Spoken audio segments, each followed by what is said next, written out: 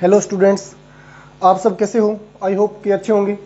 आज अपने लेके आए हैं एक नई क्लास जिसके अंदर अपने बात करेंगे किसकी? हार्मोन और एंजाइम की बात करेंगे। किसकी बात करेंगे? हार्मोन और एंजाइम की। पिछली क्लास के अंदर मैं ब्लड सर्कुलेटरी सिस्टम जो है वो करवा चुका हूँ और सेल से संबंधित जो भी क्वेश्चन आते हैं कंपटीशन एग्जाम के अंदर उनके बारे में भी बता चुका हूँ। तो आज अपनी चर्चा करेंगे किस पर?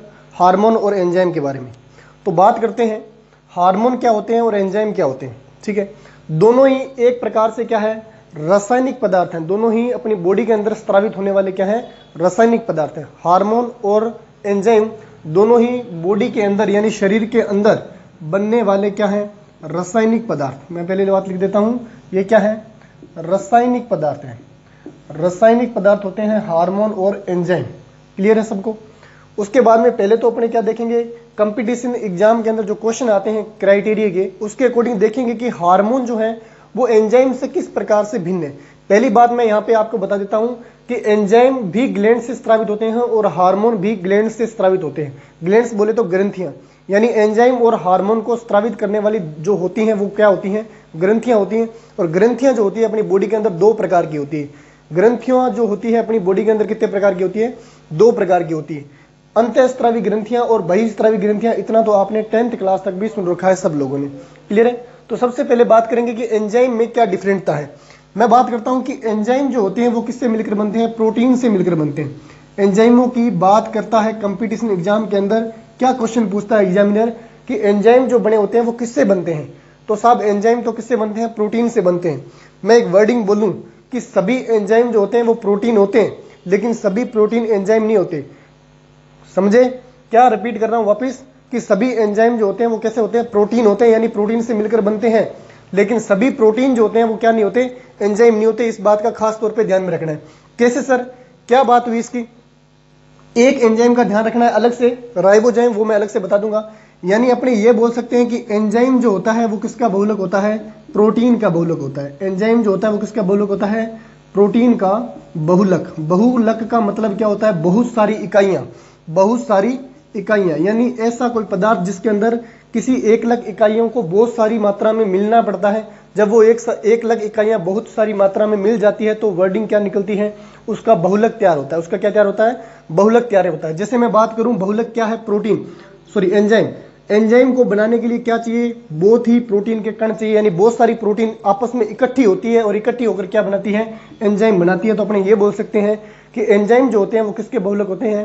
प्रोटीन के बहुलक होते हैं। सब एंजाइम तो किसके बहुलक होते हैं? प्रोटीन के बहुलक होते हैं। यानी सभी एंजाइम जो होते हैं वो प्रोटीन से मिलकर बनते हैं, या सभी एंजाइम प्रोटीन है लेकिन सभी प्रोटीन एंजाइम नहीं है। इसके अंदर यानी एंजाइम के अंदर भी मैं एक अपवाद बताने जा रहा हूं। एंजाइम के अंदर एक अपवाद है। अपवाद का नाम क्या है? वो अपवाद है राइबोजाइम। वो अपवाद कौन सा है? राइबोजाइम। इसका नाम क्या है? राइबोजाइम। राइबोजाइम एक प्रकार का एंजाइम है जो कहां पाया जाता है? राइबोसोम पर पाया जाता है। जो कहां पाया जाता है? राइबोसोम पर पाया जाता है। राइबोसोम। राइबोजाइम एक एंजाइम है जो राइबोसोम कोशिकाओं, जो मैंने पिछली क्लास में पढ़ा रखी है कंपटीशन एग्जाम के जितने भी मैंने सेल करवाई है और पिछली क्लासें मैंने पढ़ा रखी है, उन क्लासों के अंदर राइबोसोम भी पढ़ा रखा है। तो राइबोसोम आप वहां से जाके पढ़ सकते हो और वहां पे राइबोसोम के ऊपर मैंने राइबोजाइम एंजाइम के बारे में बात बताई है कि राइबोजाइम एंजाइम जो होता है वो किस पर पाया जाता है? राइबोसोम पर पाया जाता है। क्या करता है? प्रोटीन बनाता है। राइबोसोम क्या करता है? प्रोटीन बनाता है। और प्रोटीन बनाने के अंदर उनकी प्रोटीनों की एक लाख इकाइयों को जोड़ने में हेल्प कौन करता है? राइबोजाइम एंजाइम करता है। और राइबोजाइम एंजाइम जो होता है वो एक एंजाइम है, किससे मिलकर बना हुआ है? केवल आरएनए से मिलकर बना हुआ है। केवल किससे मिलकर बना हुआ है? आरएनए से मिलकर बना हुआ है। यानी आरएनए है, इसके अंदर प्रोटीन नहीं है। मैंने अभी बताया कि सभी एंजाइम के अंदर क्या पाई जाती है? प्रोटीन पाई जाती है।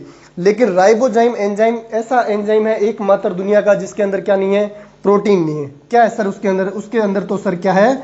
आरएनए है। आरएनए है। और आरएनए भी कितने प्रकार के होते हैं? 3 प्रकार के होते हैं। आरएनए भी कितने प्रकार के होते हैं? 3 प्रकार के। टीआरएनए होता है, एमआरएनए होता है और कौन सा होता है? आरआरएनए होता है। तो उसमें से कौन सा प्रकार होता है? राइबोजाइम में आरएनए होता है। पहली बात तो ये ध्यान रखनी है कि कौन सा होता है? आरएनए। आरएनए का भी कौन सा प्रकार होता है? तो आरआरएनए होता है। कंपटीशन एग्जाम के अंदर बहुत बार क्वेश्चन पूछा जा चुका है कि राइबोजाइम एंजाइम या निम्न में से, पहला क्वेश्चन तो आसान सा क्या पूछेगा कि निम्न में से वह कौन सा एंजाइम है जो नॉन प्रोटीन एंजाइम है। इसको क्या बोल देंगे? नॉन प्रोटीन, यानी इसके अंदर प्रोटीन नहीं है। मैं वापस बता रहा हूं भैया, ध्यान रख लेना। क्या बता रहा हूं कि राइबोजाइम एंजाइम के अंदर किसी भी प्रकार की प्रोटीन नहीं पाई जाती। क्यों? क्योंकि ये किससे मिलकर बना हुआ है? आरएनए से मिलकर बना हुआ है। ये केवल और केवल किससे मिलकर बना है? आरएनए से। आरएनए भी कौन सा प्रकार का? आरआरएनए। आरएनए भी कौन सा प्रकार का? आरआरएनए। ये केवल और केवल आरआरएनए से मिलकर बना होता है। इसके अंदर किसी भी प्रकार की प्रोटीन नहीं होती, इसलिए इसको बोलते हैं दुनिया का एकमात्र नॉन प्रोटीन एंजाइम। इसलिए इसको क्या बोलते हैं? दुनिया का एकमात्र नॉन प्रोटीन एंजाइम। दुनिया का एकमात्र नॉन प्रोटीन एंजाइम कौन सा है? तो राइबोजाइम है। बहुत ही मोस्ट इंपोर्टेंट बात है, जो भी वीडियो देख रहे हैं, क्लास लगा रहे हैं, वो अपने नोट्स कॉपी पेन साथ में लेके बैठें और इसको नोट कर लें, और बाकी मैं स्क्रीनशॉट का टाइम आपको दे दूंगा। ठीक है सर। बात की सभी एंजाइम किससे मिलकर बनते हैं? प्रोटीन से मिलकर बनते हैं। प्रोटीन जो होते हैं, सारे प्रोटीन एंजाइम नहीं होते, लेकिन सारे एंजाइम प्रोटीन होते हैं। कारण किसको? एक अपवाद को छोड़कर, किसको? राइबोजाइम को छोड़कर। क्वेश्चन पूछ ले राइबोजाइम कहां पाया जाता है? तो सर राइबोजाइम राइबोसोम पर पाया जाता है। और राइबोजाइम किससे मिलकर बना है? अगर उसके अंदर प्रोटीन नहीं है तो वो आखिर में किससे मिलकर बना है? तो आरआरएनए से मिलकर बना है। आरआरएनए तो बहुत डिटेल में पूछेगा जब आप बड़े कंपटीशन एग्जाम की तैयारी कर रहे हो, ऊपर से उठा लेगा कि किससे मिलकर बना है? केवल आरएनए से मिलकर बना है। ये तो मैंने बात की है एंजाइम की। पहले क्यों बताया सर? बताऊंगा, इसकी बारे में भी बताऊंगा कि पहले मैंने एंजाइम क्यों स्टार्ट किया, हार्मोन क्यों नहीं। दोनों में आज अंतर देखेंगे, कल से इसको कंटिन्यू करेंगे, जितना भी आज हो उसका उतना खींचेंगे। ठीक है, अपना नया चैप्टर है।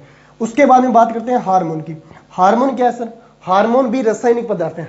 एंजाइम और हार्मोन दोनों ही क्या है? रासायनिक पदार्थ है। अब हार्मोन शरीर के अंदर क्या करता है? हार्मोन भी ग्रंथियों से स्रावित होते हैं, एंजाइम भी ग्रंथियों से स्रावित होते हैं। पहली बात तो ये क्लियर हो जानी चाहिए कि हार्मोन भी ग्रंथियों से स्रावित होते हैं और एंजाइम भी ग्रंथियों से स्रावित होते हैं। हार्मोन की मैं बात करूं तो अपनी बॉडी के अंदर दो प्रकार की ग्रंथियां होती है। अपनी शरीर के अंदर दो प्रकार की ग्रंथियां होती है, जिसको बोलते हैं अंतःस्रावी ग्रंथियां। ऐसी ग्रंथियां, अब अंतःस्रावी और बहिस्रावी की बात आ रही है तो एक बार इसका स्क्रीनशॉट लो, फटाफट से स्क्रीनशॉट लो। उसके बाद मैं बताता हूं कि अंतःस्रावी ग्रंथि कौन सी है और बहिस्रावी ग्रंथि कौन सी है। क्लियर है? उसके बाद हम देखेंगे अंतःस्रावी ग्रंथि। हाँ, रफ कर रहा हूं उसको।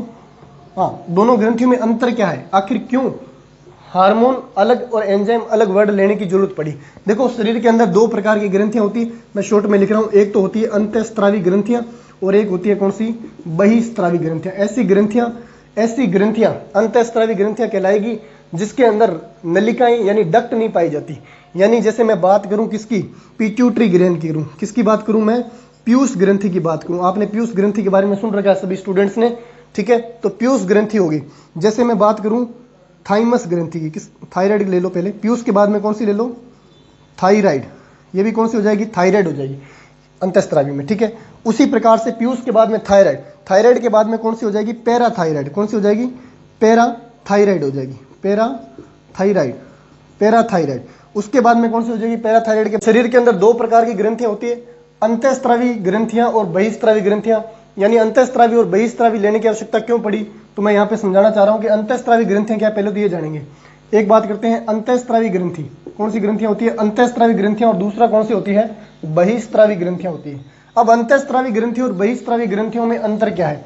उनके द्वारा बनाया गया जो भी पदार्थ है, हार्मोन है चाहे वो एंजाइम है, उनके द्वारा जो भी पदार्थ सिक्रेट किया गया है, उसके आधार पर ग्रंथियों को दो भागों में बांटा गया है। इसका मतलब ये नहीं कि कोई ग्रंथि शरीर के बाहर है या कोई ग्रंथि शरीर के अंदर है, इससे उसको कोई प्रभाव पड़ने वाला नहीं है। लेकिन फर्क क्या है दोनों ग्रंथियों के अंदर? अंतःस्रावी ग्रंथियां जो होती है वो अपने स्रावी पदार्थ को, स्रावी पदार्थ क्या हो जाएगा? स्रावी पदार्थ अंतःस्रावी ग्रंथियों का हो जाएगा हार्मोन। सबसे पहले मैं बात करूं अंतःस्रावी ग्रंथियों का स्रावित पदार्थ को क्या बोलेंगे? हार्मोन बोलेंगे। उसी प्रकार से बहिस्रावी ग्रंथियों को, स्रावित पदार्थ को क्या बोल देंगे? एंजाइम बोल देंगे।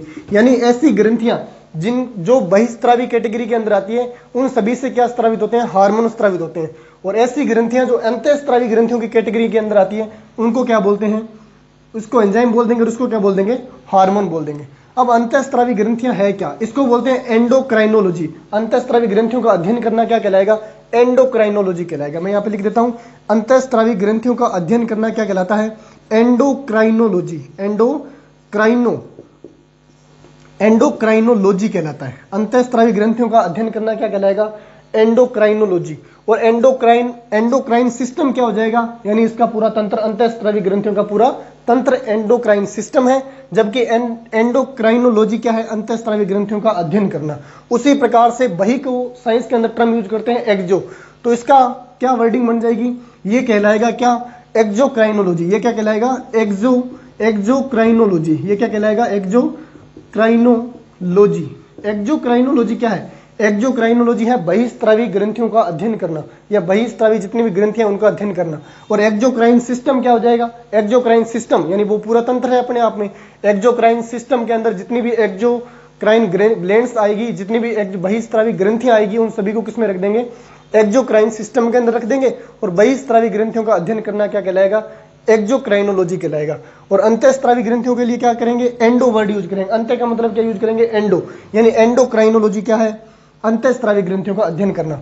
अंतःस्त्रावी ग्रंथियों के द्वारा स्त्रावित होने वाले पदार्थ को क्या कहा जाता है? हार्मोन कहा जाता है। जबकि बहिस्त्रावी ग्रंथियों के द्वारा स्त्रावित पदार्थ को क्या कहा जाता है? एंजाइम कहा जाता है। अब बात करें कि अंतःस्त्रावी ग्रंथियां एग्जाम